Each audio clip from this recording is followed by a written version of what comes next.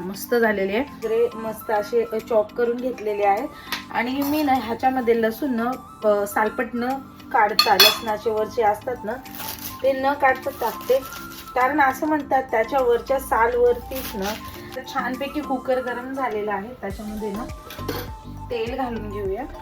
ते आता तेल घालून घेऊया. तर इथं मी तुरीची डाळ मस्त धुवून घेतलेली आहे.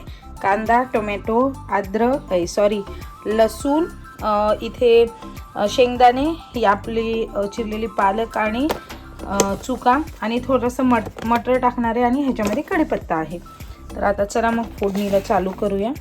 तर मी इकडं ना त्यापैकी आता लसूण त्याच्यामध्ये छान तडतडू द्यायचं आहे. झालं की त्याच्यामध्ये मी टाकलं आहे कांदा. आता कांद्याला लाल झालेला आहे आणि त्याच्यामध्ये ना मी शेंगदाणे, हे सगळ्या गोष्टी आहेत ना त्या मी एकदाच टाकते, कारण आपल्याला ना छानपैकी कुकरला शिट्ट्या घ्यायच्या आहे. ते मी हळद घेतलेली आहे, थोडा कांदा लसूण मसाला जो की आम्ही घरीच बनवतो त्याच्यामध्ये टाकणार आहे मी.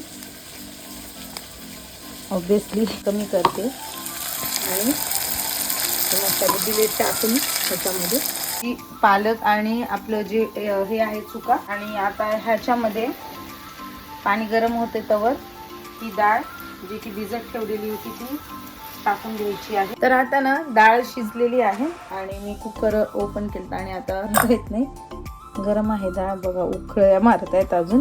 असं पातळ करून घेऊ शकता, पण मी ना असंच डाळ टेस्ट करूया कशी झाली ते. थोडीशी घेते मी, खूप गरम आहे आणि याचा ना स्मेल एवढा छान येतो, असं वाटतं मस्त जेवणच करावं काय आता. आणि बघू शकतात ना तुम्ही ह्याच्यातलं ना शेंगदाणे आणि वटाणे ते एकदम छान असे शिजून निघालेले आहेत मस्तपैकी. शेंगदाणे पण खूप छान शिजलेले आहे आणि आपला लसूण बघू शकता मस्त शिजलेला आहे.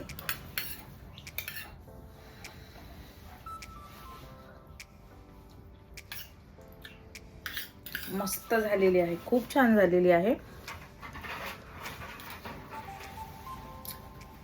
मस्त झालेली आहे. ह्याच्याबरोबर मस्त भाकरी नाही तर कडक चपाती एक नंबर लागते. तर मी माझी रेसिपी तुमच्यावर शेअर केलेली आहे. व्हिडिओ आवडला असेल तर नक्की चॅनलला सबस्क्राईब, लाईक आणि शेअर करा. Bye bye.